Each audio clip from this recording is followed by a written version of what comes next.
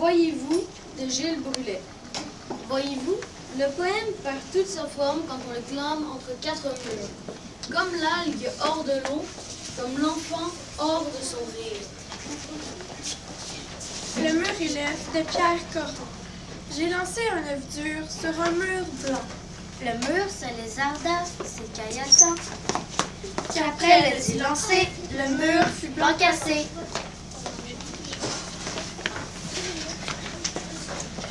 Géométrie de Jean-Luc Moreau. Deux droites parallèles depuis longtemps séparées.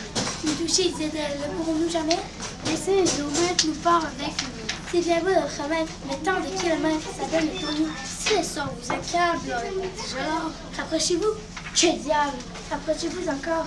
Ma remarque opportune leur fut d'un grand secours. Il n'en reste plus qu'une, quel beau roman d'amour. Cette ville qui n'existait pas, de Pierrette Sartin. Tu avais inventé, dans le grand jeu du rêve, une ville inconnue et qui n'existait pas. Une ville sans nom, sans passé et sans gloire, interdite aux humains et bannie de l'histoire.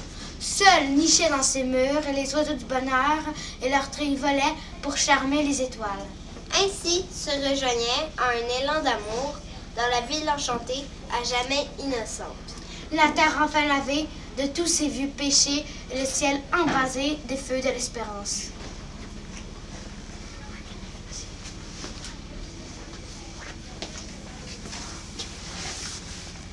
La revanche de Jules Vigneault.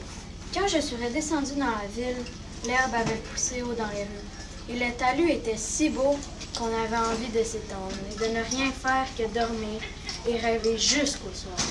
Cependant, certains signes nouveaux ne manquaient pas d'être troublants. L'herbe si belle et si neuve en pleine rue avait, par endroits, gagné les toitures inclinées et avait pénétré silencieuse dans les maisons ouvertes par des fenêtres ouvertes. La revanche était démesurée, colossale. Lumière de Roland Villard. La ville qui s'endort garde les yeux ouverts et demeure agitée.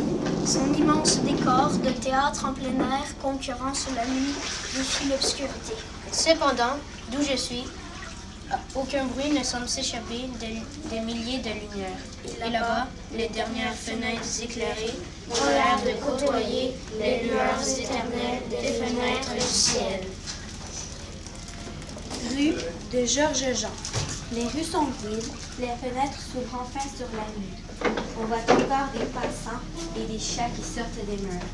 Elles conduisent très loin. Les rues que nous avons suivies, jusqu'aux lisières des forêts, jusqu'au souffle bas de la mer. Les rues s'écroulent ce soir, avec les villes de poussière, les rues des gens, les rues des mots, dans les dédales du poème.